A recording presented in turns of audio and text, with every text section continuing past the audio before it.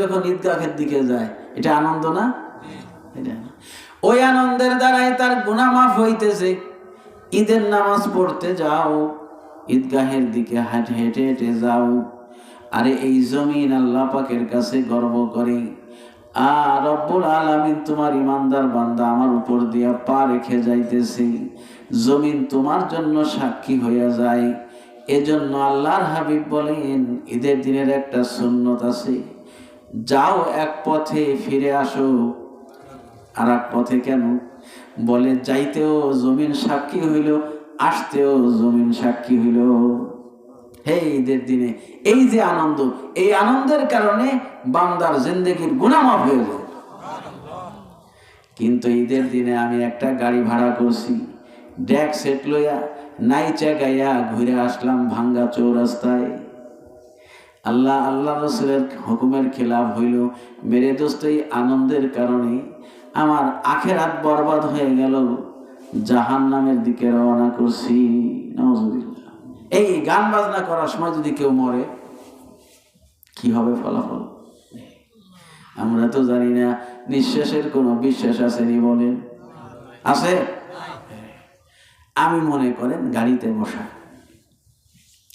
বসে বসে হয়তো দেখা যায় যে জিকিরের হালাতে আছি, ঘুম এসে গেছে না? গাড়িতে বসে বসে জিকিরের হালাতে আছি, ঘটনাক্রমে হয়তো অ্যাক্সিডেন্ট হয়ে গেল, আমি ওইখানেই মারা গেলাম। গাড়িতে বসা অবস্থায় কি আমলে ছিলাম? মারা তো যাইতেই হবে আজ না হোক কাল। দুর্ঘটনায় আমি কি মারা গেছি। মেরে দোস্ত, আমার মরণটা শাহাদতের মৌত হবে। আমার দরদি মালিক এই কথা বলবেন, আমার বান্দা মরণকালেও আমাকে ভুলে নাই।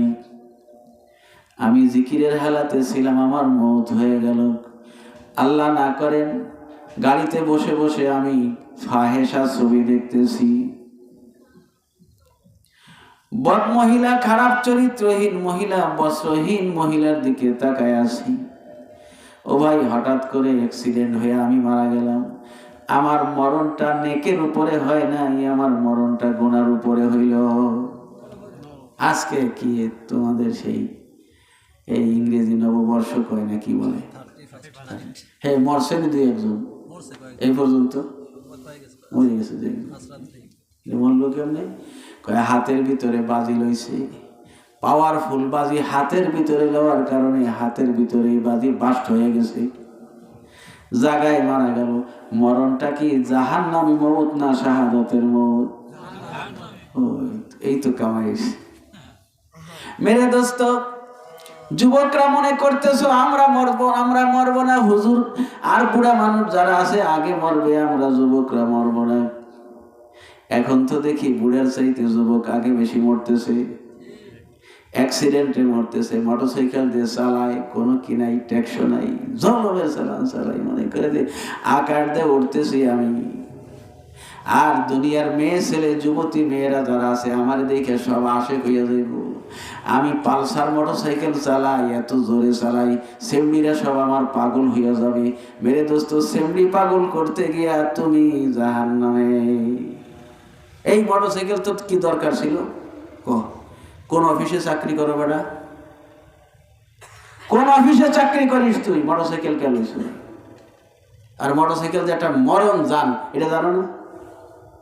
এই কদিন আগে, বছর খানিক আগে হবে, এই আমার এক চাচতো ভাই রাস্তায় দৌড়ে গেছে।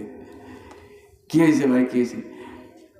কয় ভাই, ছেলে গাড়ি নিয়ে বাইরে এসে কোন দিক গেল আল্লাহ জানে, ফিরে আসে না কি হয় আল্লাহ জানে। মানে পাগলা চালায় গাড়ি, বাপে ঘরের তো দৌড়েই বেরিয়ে গেছে, কারণ সারছে তো। ও তো গাড়িতে স্টার্ট দিত, এক চান্সেই পিক আপ ধরলি কত 80-90 উঠে যায়। আমার ছেলে তো সর্বনাশ হয়ে যাবে। এত পেরেশানির মধ্যে তুমি মোটরসাইকেল এমন চালান কেন চালাইলা?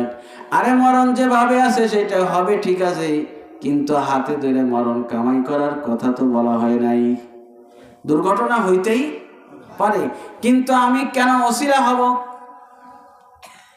আজকে তুমি এই সমস্ত নাইট পালন করতে গিয়া হইতে পারে এই অবস্থায় তুমি স্টক করতেও পারো। সারা দেশের মানুষ কি বলবে, কয় যে এই নাইট পালন করতে গিয়ে স্টক করে মারা গেছে, তোমার জন্য কেউ দোয়া করবে না। মানুষ করবে উচিত কাম হয়েছে, ওইগুলি গেছে কে করার জন্য।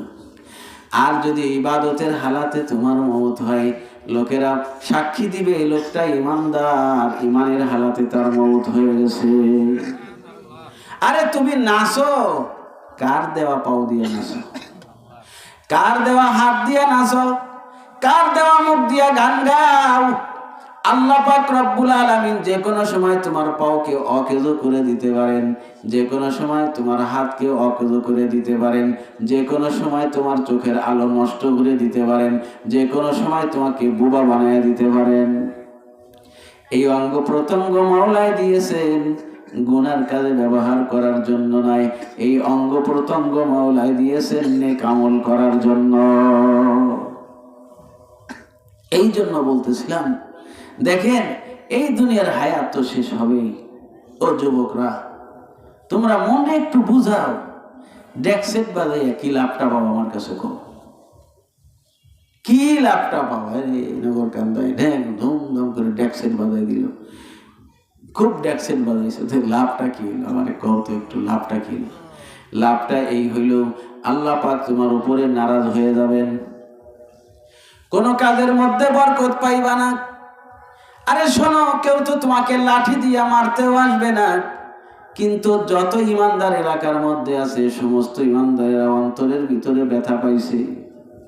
হয়তো সামাজিক বিভিন্ন কারণে তোমাকে লাঠি দিয়া কেউ পিটাইতে আসে না, তুমি হাজার হাজার ইমানদারের অন্তরে ব্যথা দিয়েছ। এই কামাই এইটুক হয়েছে তোমার, তুমি তো একটু নাইসে গাইয়া খুব জিতে গেছো না। আরে কালকে নাচে, আজকে তার এমন রোগ হয়েছে, নাচন তো দূরের কথা, কাইন্দে বাসে না, আসেনি এরকম? এই জন্য নাচন পিছনটা বাদ দাও। এই নাচন পিছন অনেক লোকে করেছিল এই জগতে, এই দেশে, এই গ্রামে, এখন তারা কবরে শুয়ে আছে, হু হা কোনো শব্দ নাই। যাদের পায়ের মুড়ার আঘাতে মাটি কাঁপতো, মিয়াসা, যাদের পায়ের আঘাতে মাটি কাঁপতো, তারা কবরে পড়ে আছে, কবর থেকে কোনো শব্দ নাই। আজকে তোমার পায়ের আঘাতে মাটি কাঁপে, কালকে তুমিও কবরে থাকবা, হুহা কোনো শব্দ নাই। আল্লাহ পাকের দরবারে জবাব দেওয়া লাগবে নি। দেখেন, গুনাহ দুই রকম আছে। এক রকমের গুনাহ আমি নিজে গুনাহ করতেছি, আমি নিজেই ভুক্তভোগী। আর এক রকমের গুনাহ হইল নিজে তো গুনাহ করতেছি, আর একজনকেও কষ্ট দিতেছি। গুনাহ দুই রকম আছে। আপনি লুকাইয়া কোনো গুনাহ করছেন, পলাইয়া মানুষের চোখের আড়ালে কোনো গুনাহ করছেন, মানুষের চোখের আড়ালে কোনো গুনাহ করছেন। যেই গুনাহটা গোপনে করছেন, আল্লাহ পাক সাত্তারুল আয়ুব, আল্লাহ পাক মানুষের দোষ ত্রুটিকে ঢাইকা রাখে। গোপনে কোনো গুনাহ করছো, আল্লাহ পাক রব্বুল আলামিন তোমাকে মাফ করে দিতে পারেন। প্রকাশ্যে কোনো গুনাহ করা মানে আল্লাহর সঙ্গে যুদ্ধ করা, নাউযুবিল্লাহ। প্রকাশ্যে গুনাহ করা মানে আল্লাহর সাথে কি করা? চ্যালেঞ্জ করা। চ্যালেঞ্জ বোঝেন না? চ্যালেঞ্জ করা।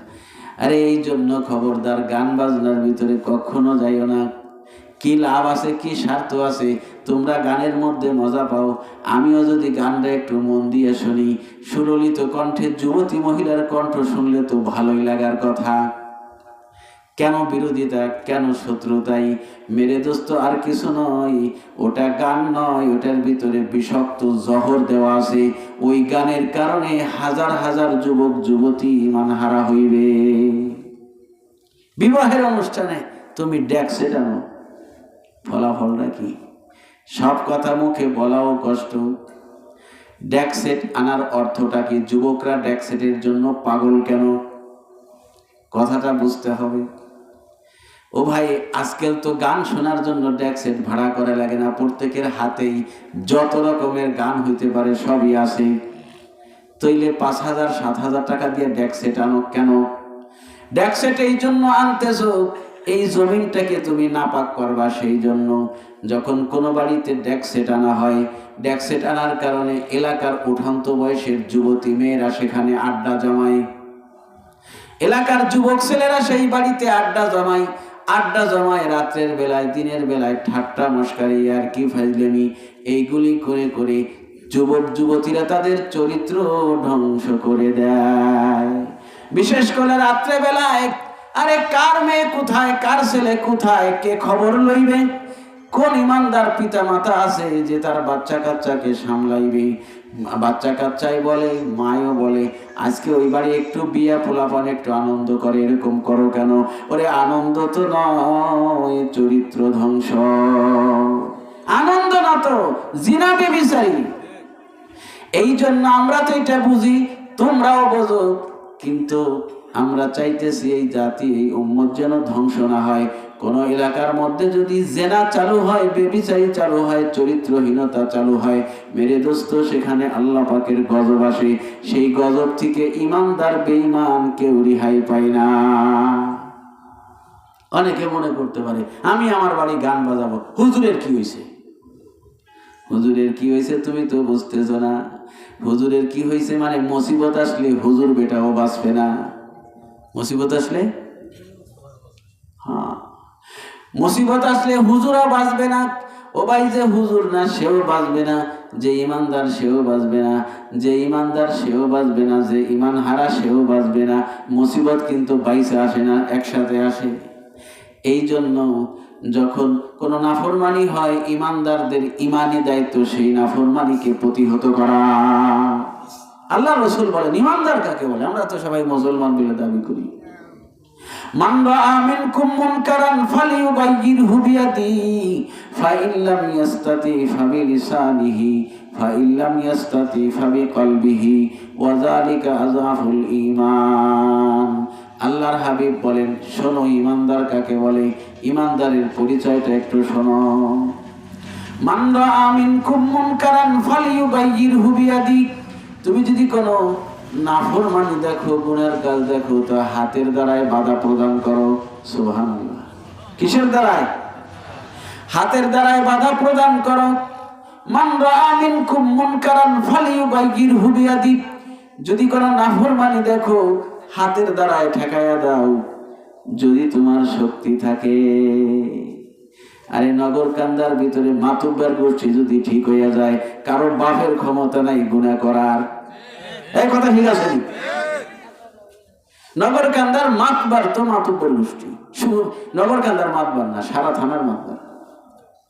সারা থানার লোকেরা তোমাদের কাছে আসে, বিভিন্ন সময় মুসিবতে পড়ে, তোমাদের কাছে সুপারিশ চায়, তোমাদের আশ্রয় চায়। এই মর্যাদাটা তো আল্লাহ তোমাদেরকে দিয়েছে, তোমাদের মাতবাড়িয়ার সর্দারি দিয়েছে। এই মাতবাড়িয়ার সর্দারির দ্বারাই যদি হযরত ওমরের মতো আমল করো, এই মাতবাড়িয়ার সর্দারির কারণে জান্নাতে যাইবা, ওমরের সঙ্গে জান্নাতে একসাথে থাকবা।